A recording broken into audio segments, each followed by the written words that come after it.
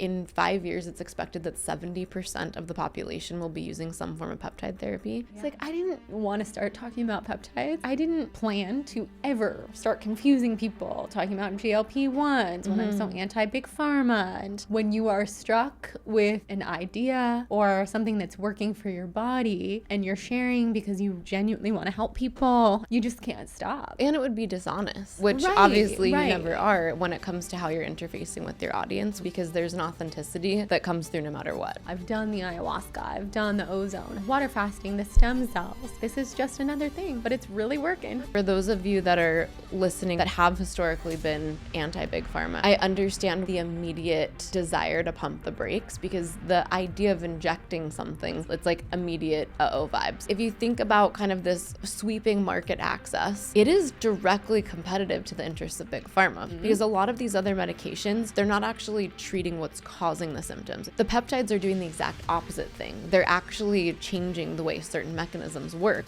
which then in turn also alleviates the symptoms. As soon as you put the tirzepatide in there, I actually dropped almost 20 pounds in just a few weeks, which shouldn't be possible if it was body fat. Totally, it's inflammation. It was inflammation. I wish that I could scream it from the rooftops. For those of you who do everything right, a lot of times you are doing everything right. That's inflammation. It's water retention. It's like stagnant lymph. Your body is not able to drain itself correctly. And I looked like a fully different person, no more rashes, and now I actually can eat a little bit more food, and it's not fun to be so restrictive. No, it's miserable. It's miserable. Then you're not really living your life. And I had to do that for like 20 years. Hey guys, it's Jordan Younger, your host of the Balanced Blonde Soul on Fire podcast. Here we go deep on all things astrology, awakening, wellness, motherhood, channeling, aliens, and so much more.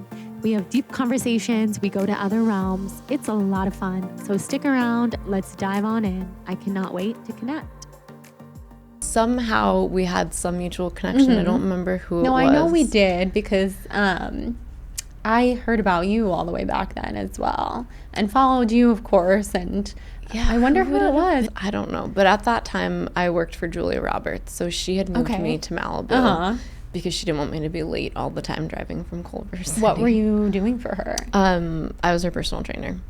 Oh, cool. Okay. Yeah. So I did that for a long time. And like 2 weeks into it, she looked at me one day and she's like, hey, you know I love you, right? And I'm like, yeah. She's like, let me tell you something about me. There's only 3 things I hate in this world. And I'm like, okay, what's that? She's like, whore blonde hair.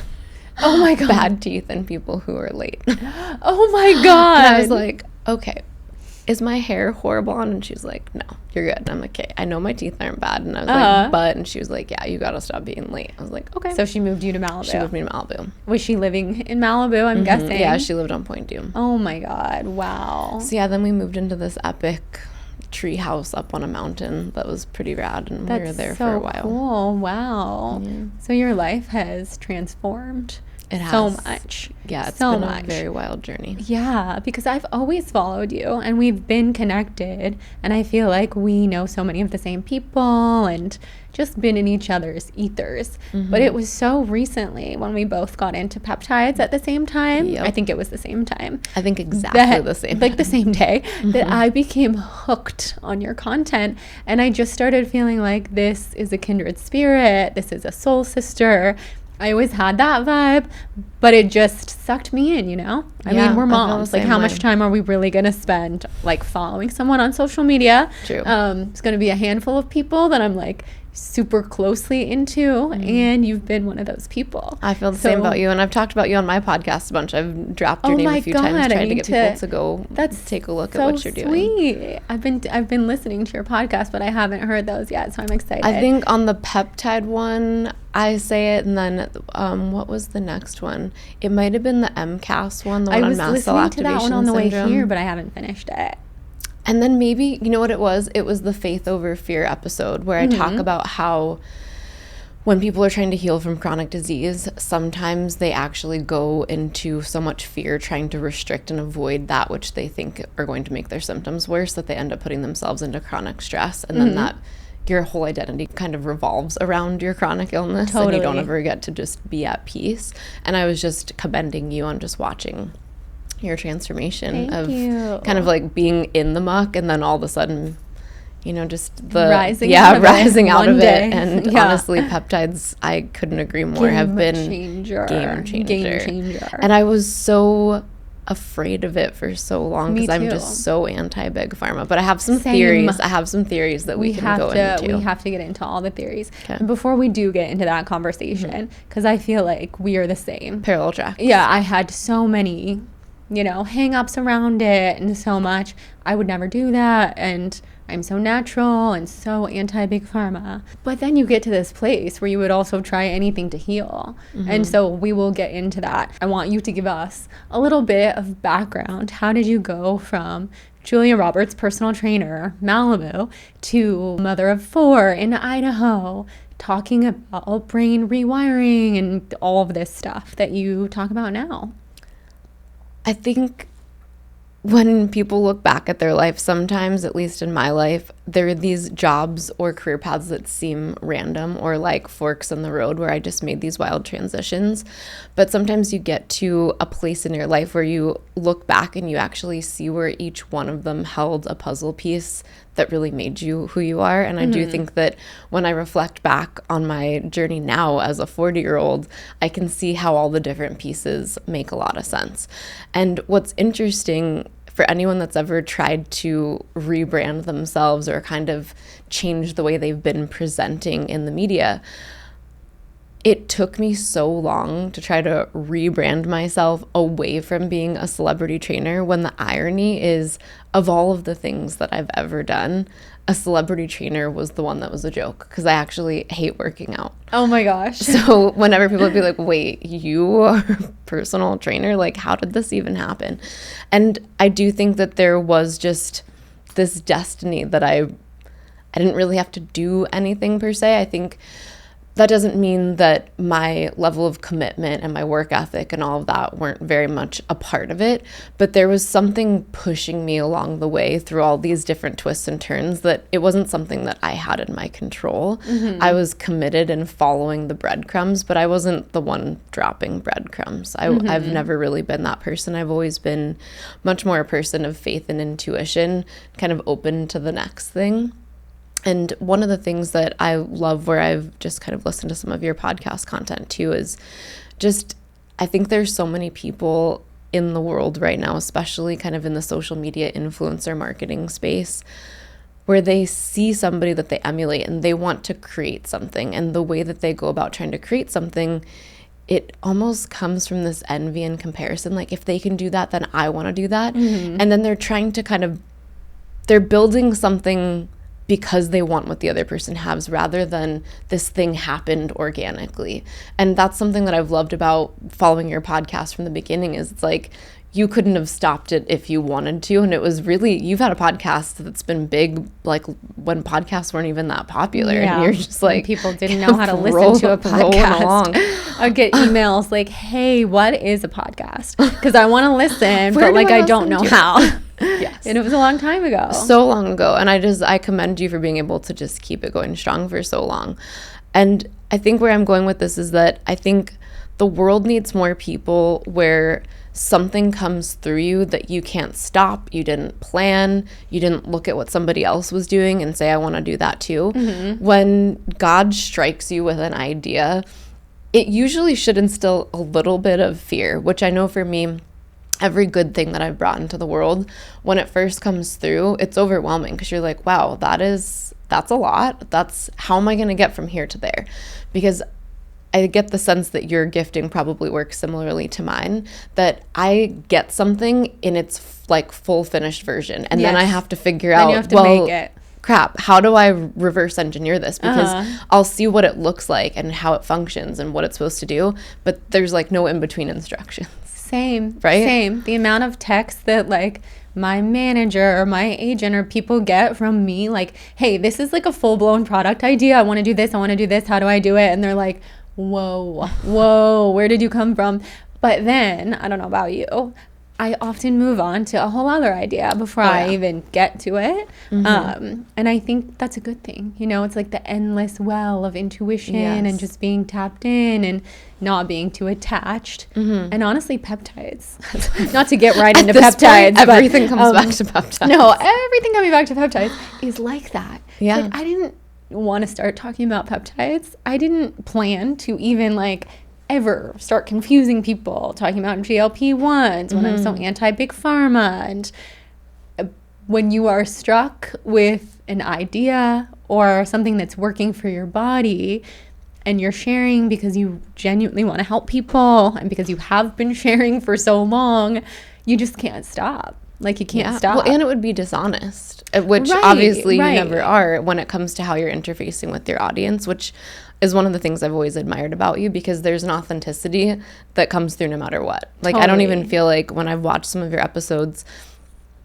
I love that you don't even try to put on a facade. Like, you can really tell what's going on in your life when you're showing up. And I'm sure that's why your podcast has lasted forever. I hope so. And same to you. I mean, it's just a reflection of what you see in me, that you are the same. And even looking at you, because I do see people's faces shapeshift. I'm like, am I looking at myself? This is crazy. I've had the same thing happen to me. It's a very interesting. I mean, we look similar. We obviously have different structures. I just chopped my hair all the way off. Look at us with the short. Mine's getting a little longer. Mine was even shorter than that. Like, recently, it's so much easier. It's pretty liberating. I loved it. Yeah. And my hair was like to here before that too, so the off was great. It's like to be a whole different person. So with all of that, and what else are you doing now? So I think big picture, I had to spend all these years trying to kind of unwind how people had seen me as the celebrity trainer, because the brand that I built from that remains today. Buti is a huge company. There's over 7,000 certified instructors. It's one of the more prominent kind of yoga dance sort of certification formats that exists. And that still exists today, but I was able to separate myself enough from it that I could actually be who I am. Because while that was a practice that I brought through at the time that I needed it, because it was medicine that I needed, there was a time and place where I looked at myself as a caretaker of something, but I always knew from the beginning I didn't build this for me per se. Like, I built this for other people because I believe I brought through medicine that other people needed. But there was a time for me to transition out of that because I knew that I had another destiny, which was very much centered around mental health and emotional rewiring. So around 2015 is where I tried to really intentionally make that transition away from kind of the 5 years of being really centric to Buti and then being able to cross that threshold. And honestly, it took probably 3 years for people in the public to take me seriously, which was funny to the people that knew me because they're like, this is more you than the other thing was. This is the real you. But to try to convince people, like, well, you can't be a celebrity trainer and be smart. Like, those things, they don't add up. People which love to is put just, us in a box. I mean, it's such a generalization. It's obviously wildly untrue. And I think it even, if I'm being totally honest, there were a few years there where it even made me question myself. Like, am I ever going to be able to shake this? And still to this day, there's some random things where I'll say, like, hey, I don't want to talk about Buti, which, like, today I knew that we were just going to we're like going into the history and the treasure trove of information. So I knew it was going to happen. But there are certain things where I'm like, hey, I really don't want to talk about this specific thing because then people are trying to figure out how to piece them together. I get it. I have my things as well. Yeah. Don't talk to me about orthorexia. Don't talk to me about anything that happened before 2013. Yes. Because it's just, I was 21, you know, and for you too, it's like, that was a long time ago. But it's beautiful to know that it's a piece of your story. Absolutely. But you're allowed to become a new person and evolve. Yes. It would actually be scary if you weren't evolving from 12 years ago, 15 years ago. And most people just don't have physical documentation that accompanies their 20s. But same with you, my 20s are on display. And still to this day, when you Google my name, pictures of me from forever ago keep getting put in the beginning. I've hired people. I know it won't die. So you're gonna go look at me for some sort of important reason, and you're going to basically see my butt. So yeah, there you go. Yeah. Like, I'll save you the trouble. You I don't know, have to Google it. That is so wild. So you have been rebranded for quite some time. Yeah, it's been a solid 10 years, almost 11 years that I've been only focused in the mental health space. And as a mental health establishment outsider, that had its own set of struggles. And I think if you listen to my podcast, I don't know if you caught the episode I did on big academia. Did you catch that not one? Yet. So I think it's episode either 2 or 3. And I talk about how I truly believe that academia, the entire way that the system works, is much like a funnel. And I think its entire existence is antagonistic to innovation. And I think that part of what we're bumping up against is that academia declares you can't be an expert in XYZ unless you're credentialed through this funnel. When many of the people that are actually able to see outside of the existing paradigms to solve a problem that is clearly not being solved, like the mental health crisis, are unlikely to come through that same funnel. Totally. So I had this uphill battle for years while my classrooms were filled. People's lives were changing radically. We had all the data. We had, right? Like, all of that was collected since the very beginning, but it was definitely like pushing a boulder up a hill for many years, which I will say that is the front-facing marketing kind of being accepted in the public eye side of it. I am grateful that from the very beginning it was financially successful, because I'm sure, as you've experienced, once you build the right starting platform, I'm not going to say that everything else is easy, but everything is easier Totally. if you do it right. If you build the right business foundations, you can basically transition whatever worked here into whatever's now going to work here. So Totally. I'm grateful that the financial part of it from the beginning was always great and going smooth, which made some of the stress that I had to handle in trying to get people to take it seriously a little bit easier to stomach. Exactly. Because at the end of the day, who cares if people are taking it seriously? I mean, who cares if, like, the random fringe haters are not taking it seriously, as long as people who are actually benefiting from your work, who are meant to find you, who get value from what you do, as long as they're finding you. Yeah. And that is true. And I think the way that I had seen it, kind of going back to like how I think the way our gifting works, it's like you see the final state. I had seen what it was going to become, so I had actually already seen that it becomes very much adopted in the traditional mental health paradigm.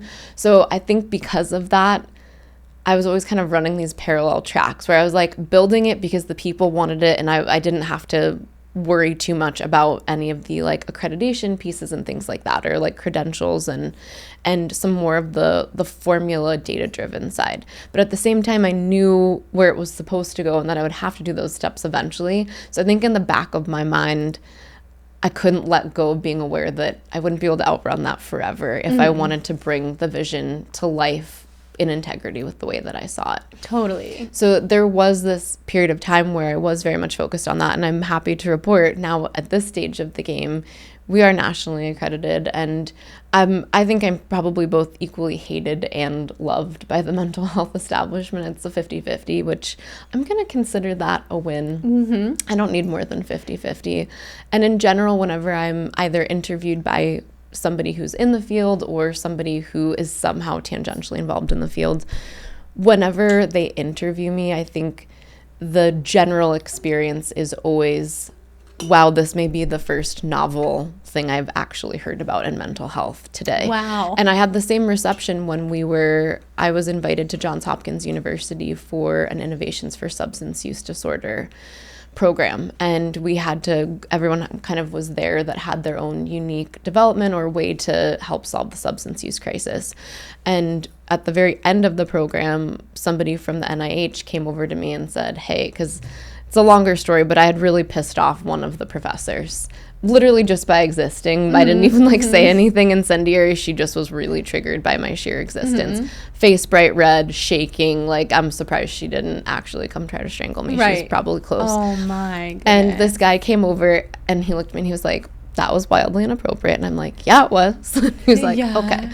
Now, having said that, if everything that you just said is true, you will make all of these people's jobs irrelevant. And he like kind of pointed and was like, all these people, they know it. They felt it when you explained what technology you built. They knew it in their bones.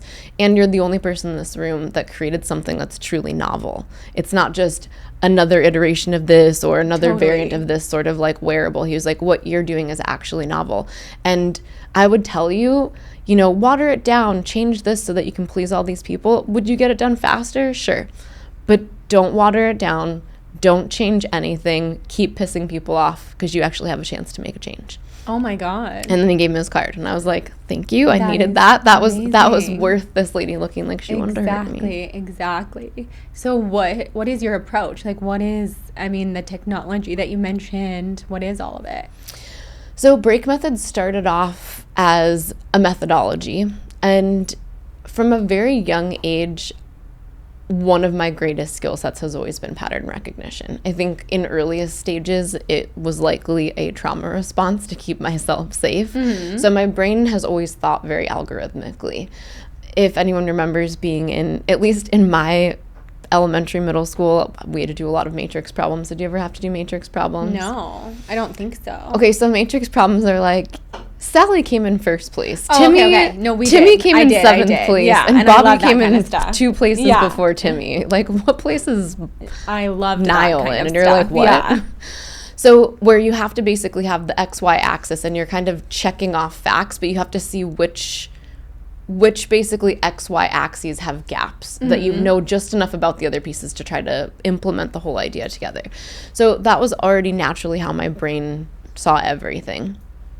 And if you kind of take that, progress it, you know, through elementary, middle, high school, at the beginning of my book, I tell a story that really did like radically alter my paradigm of mental health in general, which is I took psilocybin mushrooms my freshman year of boarding school.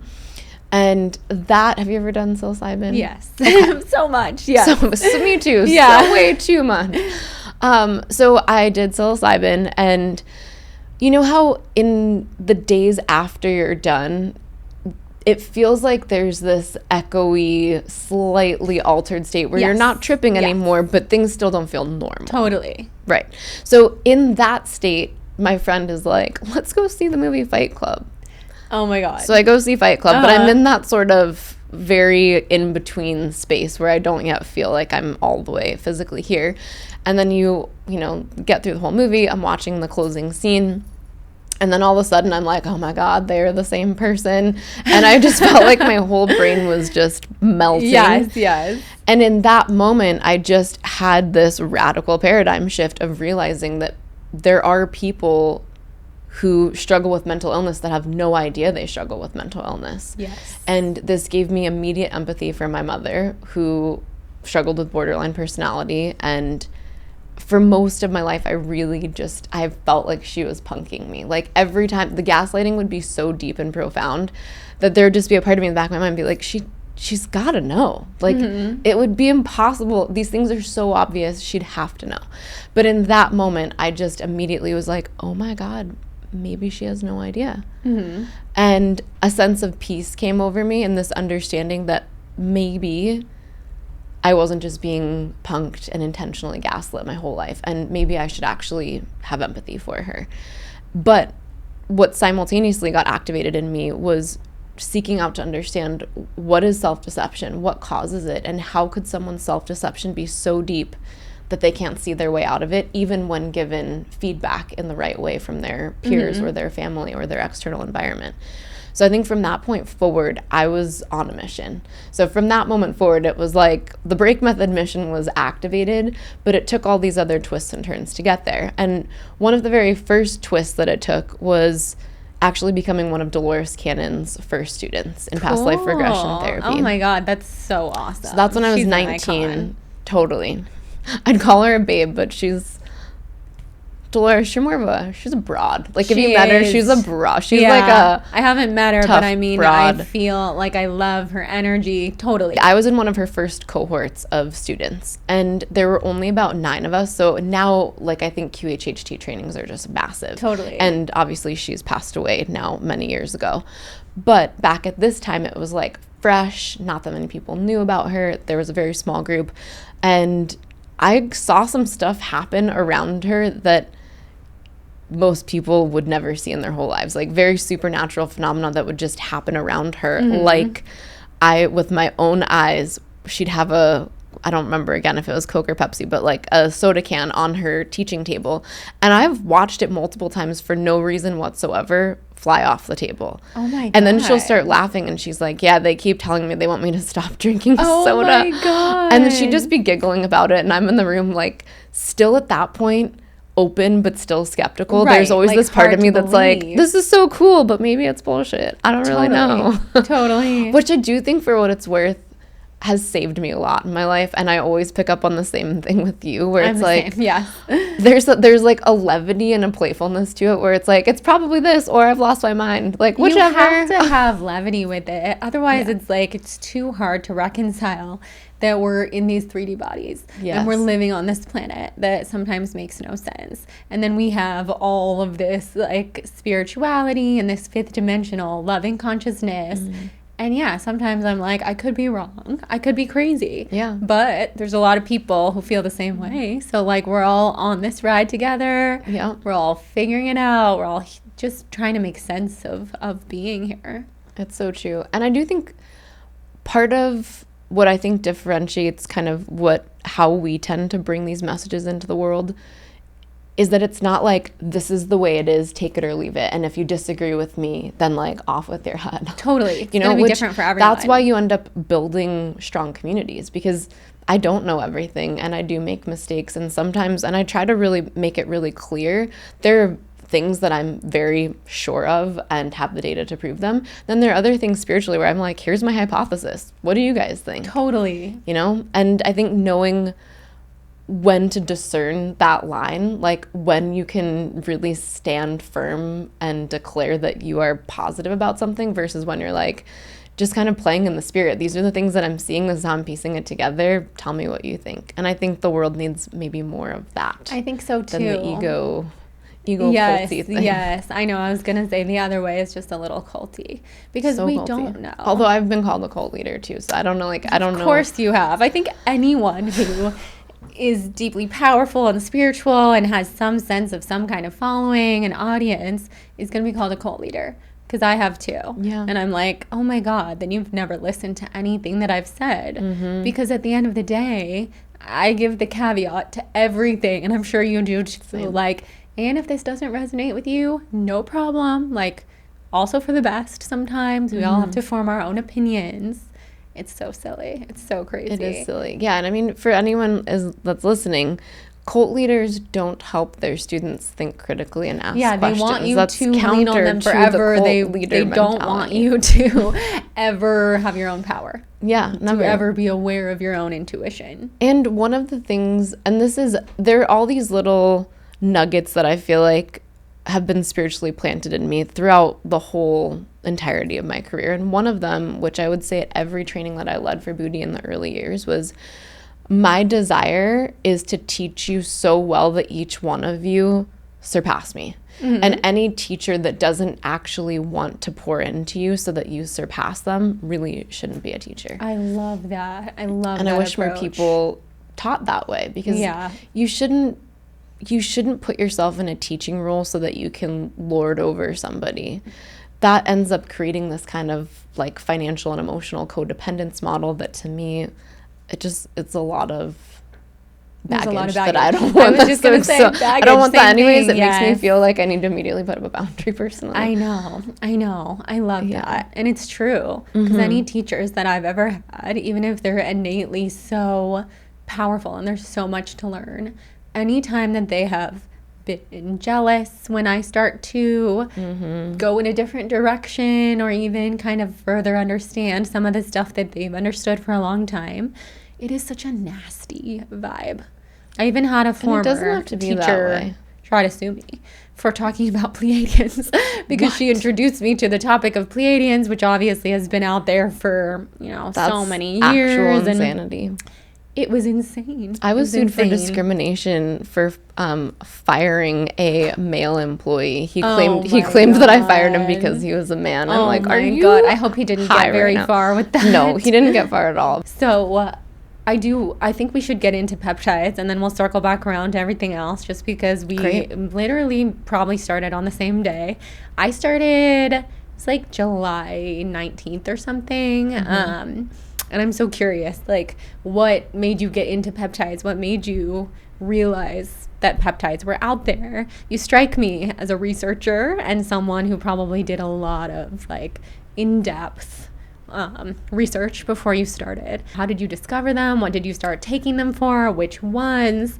And then we have to talk about our theories, because we both have theories. Yes, amazing. I can't wait to hear. Yeah. So interestingly enough, one of the gals that's here with me today, she's like a peptide junkie, and she was talking to me all about it.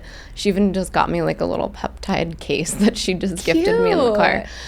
So she was probably the second person that talked to me. And then this other woman that I own another business called Tight Club, which is a holistic aesthetics practice. And she's one of our owners in Vermont. And I was at a training that I was leading at her studio. And I was like, what did you do? Like, you look amazing. What's going on? Because I've known her for a long time. And you can tell when somebody has literally gotten out of their own way and something has changed. And she was like, oh, well, let me tell you what I'm doing. And she kind of broke down all the science for me. And she knew how anti-Big Pharma I was, and she broke it down in a way that made sense. And I was like, okay, let me go do some digging, listen to some podcasts, and really just do the research on my own.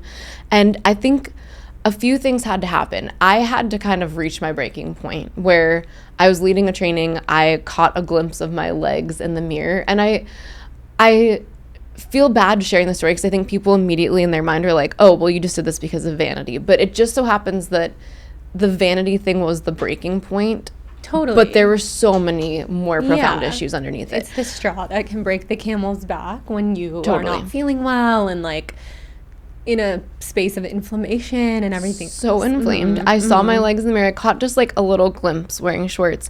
And my eyes got big, and I was like, what is that?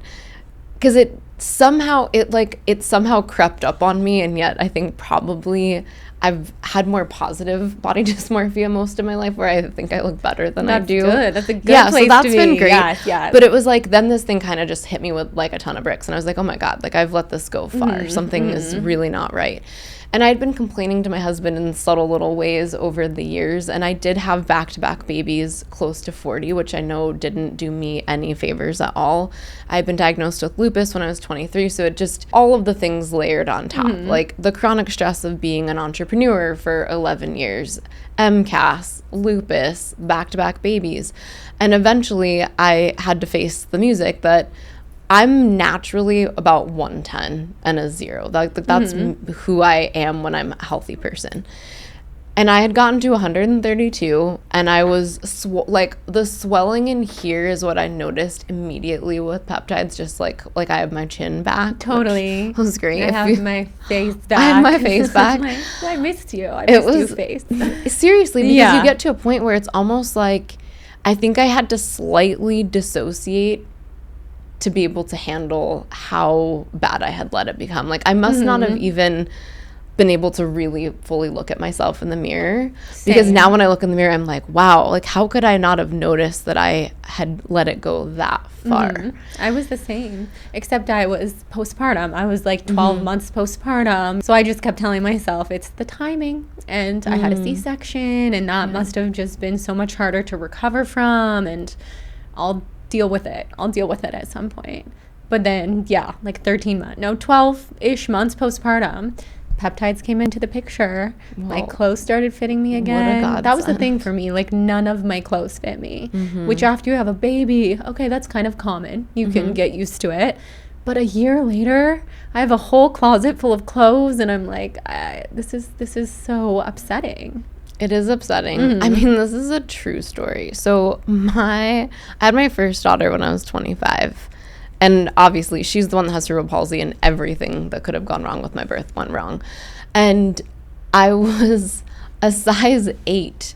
after she was born. And then nothing really prepares you for how like wobbly and swollen, like you don't usually see that on movies. But the crazy thing for me is so River was born in 2021 at the very end of the year in December. Oh, December what? 17th. Oh, my son is December 21st, 2021. Ooh, so we had babies like 5 days apart. 5 days apart. Yeah, 4 days apart. I'm pretty sure that was River's actual due date. Oh, wow. And then Harley's December 31st. So they're 11 and a half months apart. So they're, so they're very close. But I actually, after River, I bounced back like crazy. Like right afterwards, I felt great. My weight went down. I felt like $1,000,000. And it wasn't until I had to go through a really stressful lawsuit with my business that all of a sudden the stress mixed with all the other things, everything started to go back the other direction. Totally. Stress. And that's where I think for me, although of course the breaking point, like I said, was just seeing the state my body was in visually, the truth was I couldn't eat anything without reacting. I was constantly having autoimmune flares. I was more often than not covered in random rashes that were not just itchy, but a combination of itchy and painful simultaneously. And it usually was like gallbladder channel sort of areas of rash, and a lot of times we are the same person. Literally the same person. So that would just, and it seemed like there was no rhyme or reason to it. So then I started to become afraid of food. So then I'm like eating really restrictive food. Then I'm like getting this blood test, going to this person. And I swear every time I would try to be more restrictive, what would happen? I would just get like, at this point, it felt like by the day someone like put a tire pump in me, and I was like, it's a horrible And at that point I got to this point where I'm like, F it. Like I've tried to do it this way and I'm blowing up. Like now should I just eat whatever? Because I'm going to feel like crap either way. I did that too. And that also makes it worse. That made it worse. So then I was like, well, what do I do? And I think herein kind of lies the moment that everything kind of fell apart, where eventually I had talked to my husband about peptides little bits here and there, and he actually had been using peptides because we had talked about it. So he actually started dosing like the Wolverine stack or something before me.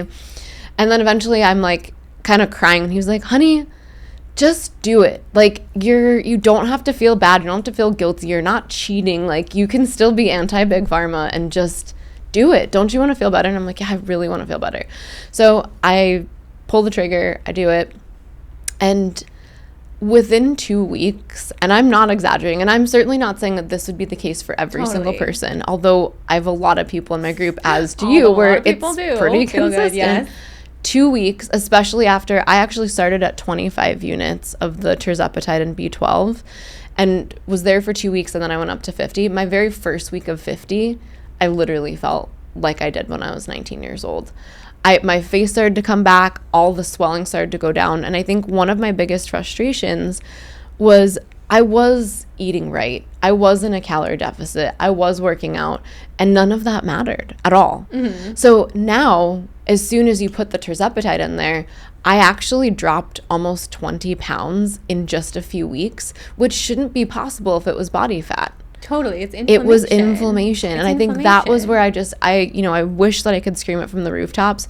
For those of you who do everything right, in air quotes, a lot of times you are doing everything right. That's inflammation. It's water retention. It's like stagnant lymph. Your body is not able to drain itself correctly. Totally. And I looked like a fully different person, no more rashes, and now I actually can eat a little bit more foods. Yeah. I've tested it maybe too much, to be honest. But I've been able to eat things that I wouldn't have been able to dream of eating. Like I wouldn't have been able to eat sushi with my family because they were eating sushi and be fine. Now I can do that. And it's not fun to be so restrictive. No, it's miserable. Then you're not really living your life. And I had to do that for like 20 years or something. Yeah, and you get to the point where that's just what you're so used to. And then you try something like this and you see that there's another way. So you take tirzepatide. What else the tirzepatide and B12. I started taking the BPC 157 with TB 500, and I always try to be really blatantly honest with people. I really wanted that one to work, and for me, immediately the next day, I would get really flushed, heart racing. But when I was talking to my friend Mary, she was saying that I might have to just titrate up to the full dose, and then starting at the full dose was the problem. sensitive person. I'm Me starting too. like really low with everything. Like Okay. tirzepatide, I started 12.5 units. Okay. I'm like going really slow. And then Yeah. BPC, I take 10 units a day. And then thymosin alpha, I take 15 units a day.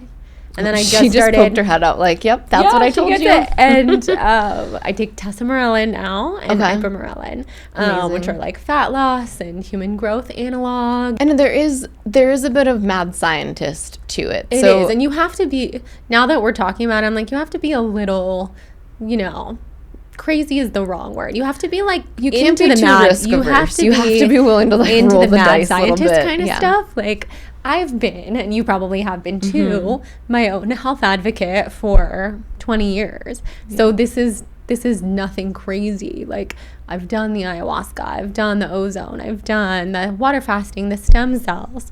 This is just another thing, but it's really working. But it really works. But it actually works, unlike And, everything else. While of course it's not FDA cleared for the uses that we're talking about, there is a treasure trove of research backing it. So it's not kind of this like I think it works, therefore it works sort of scenario. Like Totally, there's so much totally. science backing it. And that's why I think, for those of you that are listening or watching that have historically been anti Big Pharma, as you and I have, I understand why kind of the immediate desire to pump the brakes, because the idea of injecting something for a lot of people is it's like immediate vibes. Oh, yeah. And I mean, as I've far been as- anti-vaccine. None of my kids are vaccinated, so I've been anti-vaccine for as long as I can That's remember. amazing. So I too was in the like, well, the conspiratorial side of me is like, well, how do you know what they're putting in Oh, there? You know? totally. Even a year ago, I would have been like, I will never inject myself with anything. And here I am. And people are like, are these injections? I'm like, yep. And they're amazing.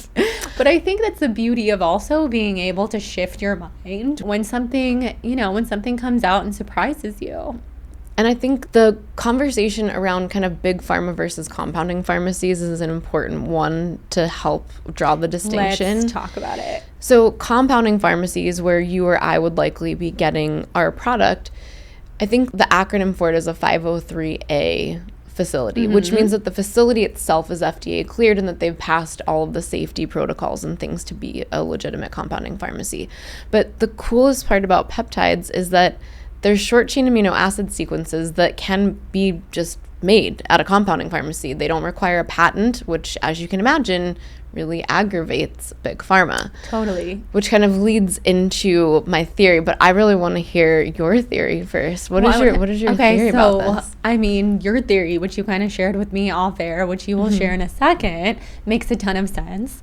My theory is there's so much confusion and the media, like I'm kind of more like talking about the media. I think you're more talking about Big Pharma. The media is latching on to this whole, like, if you're not a doctor, if you're not a medical professional, then you should not be talking about what people should do for chronic illness, and all these health coaches talking about peptides. And I don't know if you've heard the slander over there of people like, don't listen to health coaches talking about peptides. And people come and tell me, and I'm like, of course they're saying that. There's It's competition. this massive agenda to take us down. And there's a lot of jealousy, I think, like individual jealousy around maybe someone who did go to medical school, and then they see this like content creator who has healed herself, who's talking about it. And yeah, it's competition. And even, I won't say her name explicitly, but there is even a prominent podcaster that has been one of the louder voices. I think I know around who it is, peptides. because I heard you're right. And there's a lot of like calling all the influencers now grifters. she's And exactly it's like, now we're she's suddenly grifters. changed her tune and is kind of coming for people publicly and backtracking on a lot of what she'd previously stated. Wow. And I think big picture, she's brilliant. I've learned a lot from her. I don't think it's a good look to suddenly go on other people's pages and start bashing them. Yeah, that's terrible. And just kind of change course, because I think before she kind of gate kept some of the information, like I won't give you the dosing unless you do XYZ course. And I'm sure that it's super valuable and she's brilliant. But I do see where now there's this element of competition where it's like, oh, well, now any of these health coaches or influencers can basically build a business off of peptides, and it's not wrapped into big pharma at all. I think that's a really big, and I'm happy we're talking about this, it's a big misconception. So tell us your theory. So my theory, I talked earlier about how I've been naturally good at pattern recognition, and a pattern that I'm recognizing is it's not that hard to spot a PR campaign when it's in action. So if everyone kind of goes back to COVID, there's very specific talking points and sort of fear tactics that are used. And it'll be, a similar version of a story at like 8 different outlets at the same time, which kind of lets you know somebody has roughly planted the story for another purpose, right? So then all of a sudden people are starting to say the same words. I do think that big picture, as market access to peptides really relatively ungatekept by going through compounding pharmacies and companies like you or I partner with, as that rises, and I think the statistic is something like in 5 years, it's expected that 70% of the population will be using some form of peptide therapy. So if you think about kind of this sweeping market access, it is directly competitive to the interests of big pharma, because if they can't actually control and patent these things, and these things actually are treating root causes, which I think is really important, because a lot of these other medications, they're dampening downstream symptoms, but they're not actually treating what's causing the symptoms. And usually what you're taking to dampen a symptom, it might be 3, 4, 5, even 10 steps removed from the origin of the problem itself. The peptides are doing the exact opposite thing. They're actually fundamentally changing the way certain mechanisms work, which then in turn also alleviates the symptoms. So in a way, they're exact opposites of each other. Totally. And this idea that they can't own them, I think, drives them nuts, and they have to see the writing on the wall that the market share is only going up. So they're probably panicking. What do we do about this? I really believe, from everything I've seen about kind of like the Ozempic vulva and the Ozempic blindness and all these things, if you actually go through the data and the studies, it is so statistically insignificant from everything I have found. I do think that they are trying to put out these very fear-mongering stories to get people just nervous enough that they're like, oh, well, I can't risk that with something that I don't know that isn't FDA cleared. Totally. I really think that we will find at the end of the day that they are actually doing it to themselves to prevent their long-term interests. As they often do. They do. I mean, the rabbit holes that I have gone down, and I'm sure we would align on so much of this, of the people that you think it would be the last people that it's coming from are probably the people that it's coming from. Always at the end of the day to protect their own interest with money. It always comes back to money. It always comes back to money. And power. Which is why I don't know how you feel about this, and it's something that I have been just thinking a lot about. I think one of the biggest ways we've been held back as a civilization is the role academia and finances play in scientific research. Totally. And I just like prayerfully, and anyone who's listening, we need more people who are willing to do scientific research outside of the controlled system. Absolutely. Because there's so many things that we don't know, not because we don't have the ability to find out, but because they're systematically prevented. They're not funded. PR campaigns are spread to attack the person who is asking the right questions. We don't live in a world where you can say, we need to figure out what the problem is there and actually just have a clear pathway to solve the problem. Absolutely. Totally. I hope we figure that out. That has ever helped me with chronic illness has not been FDA approved or like studies because the money's not there. I mean, maybe sometimes with some of it is maybe there now, but it wasn't there 10 years ago. It's certainly not there with peptides unless they're pharmaceutically owned. And then, if you think about people who were curing cancer, 50 years ago, 100 years ago. They didn't disappear. They were murdered. I mean, sorry, like the Max Gersons of the world. I did a lot of Gerson therapy to heal. It's crazy. And then it is. Yeah, it almost makes you, I mean, now that we're talking about this, well, now and then I'm like, it almost makes you kind of scared to talk gaslighting, about. For sure. And I try as tactfully as I can to go into some of these topics, because when people I think people often focus on the wrong problems. Like if you just take the moment, like the snapshot moment in time, people are so divided politically and all these things when it's like, listen, these are all big distractions away from the more fundamental problems we have, which is, why are we sick? Why is our academic and scientific research system so corrupted that we can't even figure out what's wrong with us? Absolutely. Those are the key issues that every single human should be concerned about. Yes. And why are all of these women in our 20s being diagnosed? I mean, I'm not in my 20s anymore, but you and I both were diagnosed in our 20s. Thanks, Peptides. No, with chronic illnesses. Lupus for you, Lyme for me, which turned into MCAS for both of us. And why is this so common? And obviously it's the stress, it's trauma, it's environmental toxins, being poisoned in the air, maybe vaccines. I know, so many things. Did you get the HPV vaccine? I did not. I got all my vaccines when I was a little kid, and then around high school, I don't know what my mom was thinking or reading, but around high school, my mom kind of was like, I don't really care anymore, and just kind of backed off, which honestly, good for her. Thank God, because I already had so many health issues that I think at that point it was like, I don't know that my body could have actually sustained another round. Well, my sister has a lot of health problems too. So it's like, my general feeling about vaccines, I don't think the initial advent of vaccines was done maliciously. No, I don't think the original creation of it was like, let's take out humanity. I don't either. But naturally, if you're giving corporate big interest full-blown access to your bloodstream unchecked, the powers that be over time are going to push those boundaries more and more and more. And I think the bigger issue is that there are certain people, like both of us, who probably have compromised methylation pathways, that it's been known for a long time, really, that we are not good candidates for vaccines, that we are much more likely to have vaccine injury. And, we're finding out now with RFK Jr. in his position that a lot of these things really we have known, and they've just been suppressed by Big Pharma. Yeah, they have known. So I think my bigger issue is not that it is a guarantee that something bad will happen, but that we've never done the right research to figure out who should not be getting them. Exactly. And we don't need to mix 3 things in one. We don't need to have all these preservatives. We don't, and we have way too many. Mercury, however you look at it, it's gotten ridiculous. There's too much, and I do think that now they are essentially bioweapons on purpose. But I really don't think that it started out that way.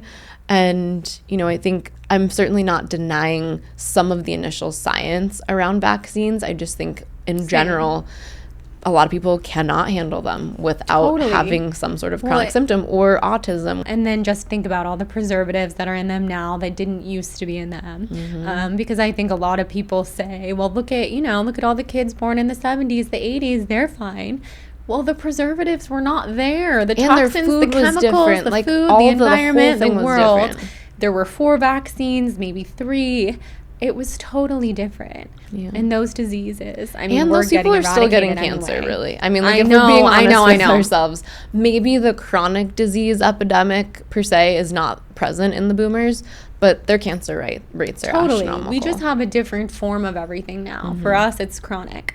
Maybe we're not going to get cancer because we're all paying attention to GMOs and not eating processed junk food in the airports, all the things, but we're all chronically ill. Starving in the airport I do with my coconut water. Me too. We all have eczema head to toe. My kids have eczema head to toe. Obviously, I've done everything so holistically, alternatively, but they have my DNA, and then they're born into this world. Can I tell you a crazy thing about eczema? Please. And listen, there are these random things that confound what we think is true.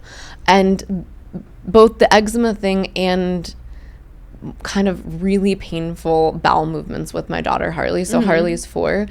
When she was first born, I nursed her for a little while, but I don't historically do well with nursing. It pushes my body into immediate autoimmune flares. So I kind of get out as much as I can, and then that's it. Yeah. So I really can't. So trying to figure out the formula thing for her was so complicated. And of course, I'm like trying to do everything right. And we've got eczema breakouts. She's like screaming in pain. Her poop is black. It's like, it was just this thing after thing. And then finally I had this one friend that's like, Bizzie, can I be honest with you? And I'm like, yeah, sure. And they're like, I know you really want to do this like hippie formula. You really don't want your kid on goat milk, but like, can I just level with you? And I'm like, yeah, sure. They're like, cut the shit. Just put her on this like shitty formula. And she was like, I did it with my kid. I got over myself. Everything went away. So I know everything you've been told is counter to this, but just try it. And we did it. And in a week, I was like, oh my God, I feel. Oh my God. And sometimes the same with diapers, where it's like certain diapers that are, you know, healthy or organic or whatever, as soon as you put them in like the worst type of Huggies, all of a sudden the rash goes away. That's fascinating. Well, so I can't say why, enough, but my daughter, she's 14 months, so we just took her off of the formula completely. She was still having like 2 bottles a day, and I just got this huge hit, like, we have to just stop. And our nanny was like, what do you mean? It's so comforting to her. I'm like, we need to try this. And it took a while, but her rashes are getting a lot better. And of my 2 kids who both have severe eczema, hers was 100 times worse than my son's. Like, you couldn't see her face for the first... from like 3 months to 12 months of age. My husband and I are like, obviously it was the formula, and it was the organic, it was from the Netherlands, the goat milk. Oh yeah. And I like it. It's fine. It actually worked really well for my son. But she has allergies. She has dairy allergies. She's me in little baby form. And I think same with Harley, most likely. Totally. For anyone that's listening that does need the formula thing, the one that I ended up finding that kind of wasn't the unhealthy one that still eventually worked was Cabrita. Cabrita did actually, after all of the change-ups and everything, did end up working really well. So, and typically anyone I've had that their child is really sensitive in general, Cabrita's done amazing pretty well. But I think the big picture there is like, there's a time and a place to be rigid, and then there's a time and place to be like, let's mix it up, let's try something else. And I do think it's similar to this whole peptide conversation, which is like, sometimes you just have to roll the dice and take a chance. Same goes for breastfeeding versus not breastfeeding, because for some of us it doesn't really work out, and then you have to let go of that rigidity, which was hard, especially the first with my son. Did you breastfeed your oldest for 4.5 months? But I barely produced milk, like this much after like a whole day of pumping. So I would give him as much milk as I could. We always had to supplement with formula. So he was always supplemented, but he was still getting the breast milk. And then 4.5 months in, I saw my functional medicine doctor, and she was like, she's so holistic. She was like, you gotta cut yourself some slack. Like 4.5 months is amazing for someone who's not producing milk. You got to be able to take the herbs again, get back on the Lyme healing protocol, to be a healthy mom and to be, an energized mom and get some sleep. Because I was, of course, waking up at all hours of the night for pumping, which is a special kind of hell, because you're not even breastfeeding, which is like this magical feeling. You're pumping and you're connected to a machine, and your baby's in the other room being fed from a bottle. Not a good sound either. I'm still, even as soon as you said that, I immediately had the pumping flashbacks. I know. It's crazy. Well, we could talk about anything and everything. I'm very happy that we went in all the directions that we did today. I had a feeling we might. This is the first of many, many, many. So tell everybody where they can find you. You can find out more about me or Break Method at busygold.com or breakmethod.com. And we didn't get too much into it, but Break Method started off as a methodology and eventually became an algorithm that is now used in a technology platform to predict patterns of thought, behavior, and decision making with 98.3% accuracy. So now there's the predictive model diagnostic side, and then there's also the rewiring side as well. Cool. So you can learn more about that at breakmethod.com. And I do really try to keep my Instagram just me, like there's nobody running it. And if anyone ever has questions or wants to DM me, you're welcome to DM me. I'm a pretty open book. And then I have my podcast, which is Decoded, and we're in the first season, and thankfully we've been top 5 in health and fitness and mental health pretty consistently, so definitely go and check that out as well. And I have a book out also, which is called Your Brain is a Filthy Liar, which it's a long book, So I think some people buy it thinking like, oh, here's going to be a quick, fun personal development read. And it's not that at all. It's a 700-page Oh my God. book that is meaty. It'll change your life, but you've got to be committed to having your brain stretched in a lot of ways. Wow. That's so cool. I'm so proud of you. Thank you. And I'm so happy to meet you in person and see your face shape-shifting and see this twin energy that we have, and very, very thankful for you. Thank you for having me on. Thank you so much.